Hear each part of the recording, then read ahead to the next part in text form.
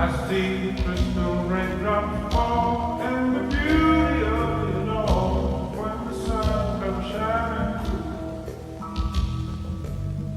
to make those rainbows in my. Ya. Assalamualaikum warahmatullahi wabarakatuh. Waalaikumsalam warahmatullahi wabarakatuh. Di sini ada yang nggak masuk nggak? Ada, Pak. Ya udah, nggak apa-apa, saya Alfa ya. Ya sebelum kita mulai, marilah kita berdoa membaca Al-Fatihah terlebih dahulu. Ayo, Bismillahirrahmanirrahim. Alhamdulillahi Rabbil Alamin. Ar-Rahmanirrahim.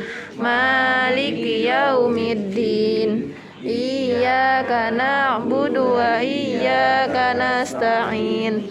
Ihdinas siratal mustaqim.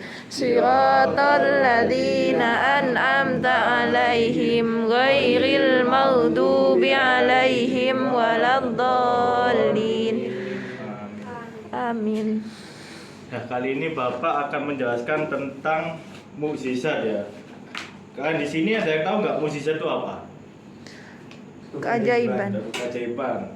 Terus apa lagi? Sesuatu luar biasa. Ya, mukjizat. Mukjizat ya.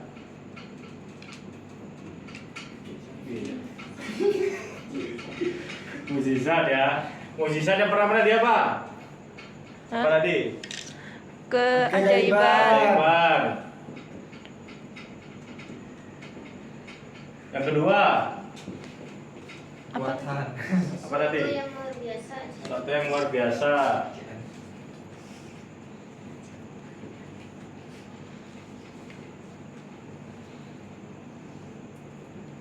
Ya, mukjizat sendiri itu memiliki arti yaitu melemahkan atau mengalahkan lawan ya.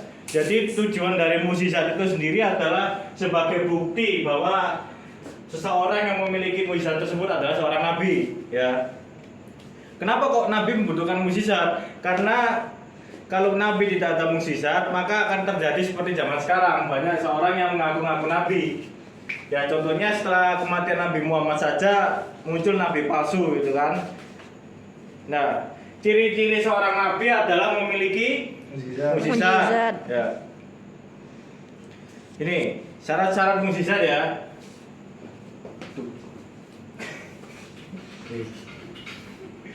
Ya, syarat-syarat ya. Ini syarat-syaratnya.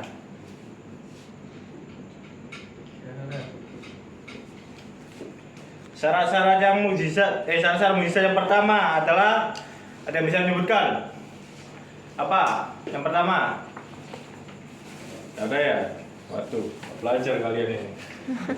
Syarat yang pertama adalah mukjizat itu hanya sanggup dilakukan oleh Nabi. Allah. Yang pertama, hanya Allah yang sanggup.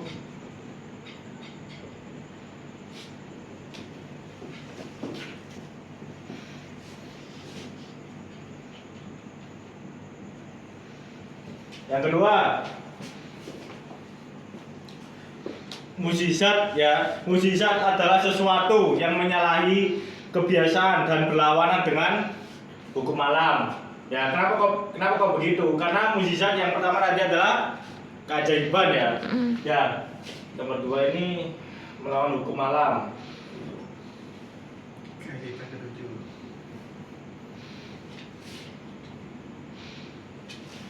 Karena gini, kenapa kok mukjizat diciptakan sebagai ini ya, nomor dua ini harus melawan hukum alam. Karena di sini tujuan dari mukjizat sendiri adalah untuk memberitahu atau memberi kabar berita ya kepada umat dari suatu kaum, dari nabi itu tentang kebesaran Allah, bahwasanya nabi tersebut adalah benar-benar nabi Allah. Makanya mukjizat ini harus melawan hukum alam. Seperti contoh mukjizatnya Nabi Musa apa?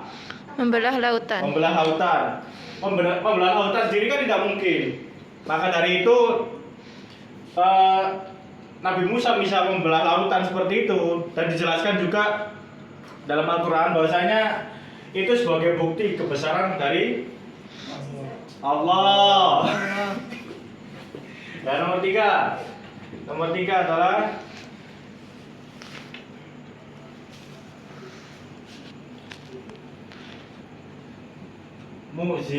mukjizat hanyalah milik Nabi.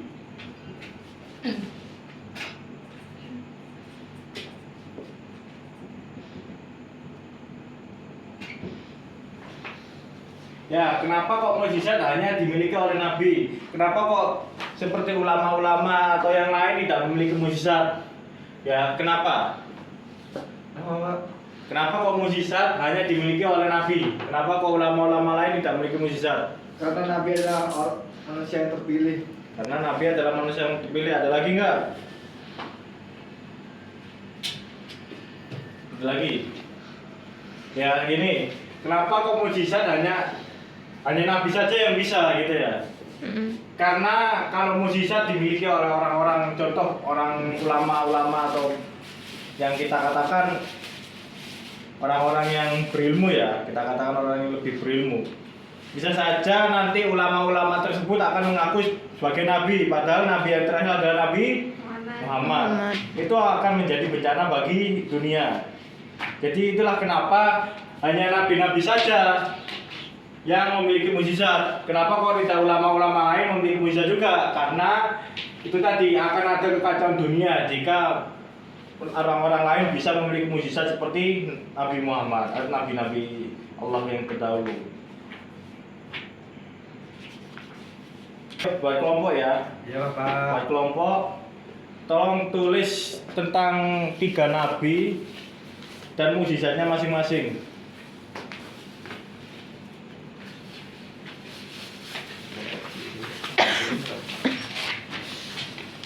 Belakangnya. Wes sak kelompok iku. Oh, Pak. Ayo tulis 3 nabi lah. 3 Nabi. 3 nabi.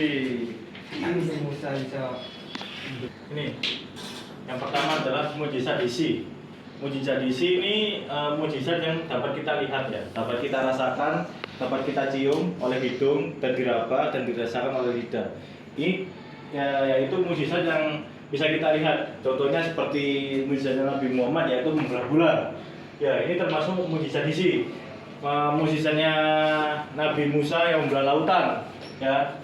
Nabi Isa yang menghidupkan orang mati, menghidupkan burung yang terbuat dari tanah. Ini termasuk mukjizat isi. Ya. Kalau mukjizat manawi ini apa? Mukjizat manawi. Mukjizat manawi adalah mukjizat yang tidak dapat dicapai dengan kekuatan panca indera. Ya, kita tidak bisa mengetahui mukjizatnya itu. Tidak bisa merasakan, tidak bisa melihat. Tapi harus dicapai dengan kekuatan atau kecerdasan pikiran. Contoh seperti apa mukjizat seperti ini? Yaitu mukjizatnya Nabi Khidir. Ya, Nabi Khidir diberi kecerdasan oleh Allah, bisa melihat masa depan. Seperti contoh Nabi Khidir yang membunuh anak kecil. Ya, waktu itu kenapa kok anak kecil itu dibunuh ya oleh Nabi Khidir? Karena ketika besar anak kecil tersebut akan membuat kerusakan di suatu daerah. Nah, itu termasuk mukjizat dari Nabi Khidir. Baik, yang muda silakan boleh maju Rek. Salah satu Rek perwakilan. Ya. Baik, saya dari kelompok 2 akan menjawab pertanyaan dari guru. Nabi Sulaiman bisa berbicara dengan hewan. Nabi Isa menghidupkan orang mati. Nabi Ibrahim dibakar tanpa terbakar. Di Nabi Muhammad. Banin tepuk tangan ya Mas Jono nih. Tepuk tangan. Ayo kelompok 2, kelompok 1 maju. Baik, saya akan menjawab pertanyaan dari Pak Guru ya, dari kelompok 1. Nabi Muhammad mukjizatnya yaitu ada Al-Quran dan makanannya yang tidak pernah habis. Yang kedua yaitu Nabi Ibrahim yang dibakar itu tidak hangus. Yang ketiga Nabi Nuh membuat kapal. Oke. Tepuk tangan ya. Tepuk tangan.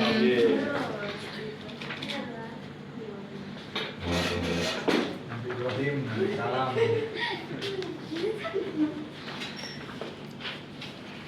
Baik ya. Itu tadi penjelasan Bapak tentang mukjizat. Ada yang bisa menyimpulkan nggak? Apa yang telah dijelaskan Bapak? Ayo Mas Sam, Oh, kesimpulan dari mukjizat apa? kekuatan. Kekuatan yang hanya Kekuatan yang hanya dimiliki Nabi. yang berasal dari Allah. Oh, nah, macam-macam mukjizat apa tadi? Mukjizat Isi. mukjizat Maknawi. Apa mukjizat isi tadi? Dapat dilihat, dapat Nah, mukjizat yang dapat dilihat, dapat dirasakan. Mukjizat manawi ini apa? Mukjizat yang tidak dapat dilihat, dapat dirasakan, dan hanya bisa dilakukan oleh Kecerdasan. Contoh mukjizat isi apa tadi? Mujizatnya Nabi Musa Nah, terus membelah lautan. lautan ya wes, itu aja, wes. Ini mukjizat manawi. Mujizatnya Nabi Khidir. Ya. Baik, sampai sini paham semua tentang materi mukjizat. Ada yang ditanyakan? Tak korek. Etri. Kenapa mukjizat itu tidak bisa dimiliki oleh manusia? Kenapa hanya Nabi saja? Sekian. Ya, terima kasih. Ya, kenapa kok mukjizat ini hanya dimiliki oleh Nabi saja? Hanya Nabi saja yang memiliki mukjizat ya. Kenapa kok tidak orang lain seperti orang lain yang seperti orang yang bertakwa gitu ya? Karena gini, setelah sepeninggalan Nabi saja itu sepeninggalan Nabi Muhammad saja banyak orang yang mengaku Nabi, padahal sudah dijelaskan di dalam mukjizat Nabi Muhammad yaitu Al-Quran bahwasanya Nabi terakhir adalah Nabi Muhammad. Nah, setelah itu apakah ada Nabi lagi? Tidak. Otomatis tidak. Nah, itulah mengapa setelah kematian Nabi Muhammad tidak ada Nabi lagi, ya, yaitu mukjizatnya sebagai penunjuk bahwasanya beliau adalah seorang Nabi atau tidak. Kalau seseorang yang mengaku-ngaku Nabi, ya, tapi beliau tidak memiliki mukjizat, ya sama saja bohong gitu. Nah, itulah kenapa kok orang lain tidak bisa memiliki mukjizat. Karena apa? Dunia nanti akan bisa hancur karena itu. Oke, terima kasih Pak Fitri. Jangan lupa ini ya, Bapak kasih tugas untuk semua ya, kerjakan bulan depan, kumpulkan semester akhir ya. Ya, bulan depan kumpulkan. Ya, jangan lupa minggu depan belajar oke ya, bab warisan. Bab warisan. Fikih. Bab warisan. Ya, biar kalian tidak rebutan warisan. Sekian dari Bapak. Wassalamualaikum warahmatullahi wabarakatuh.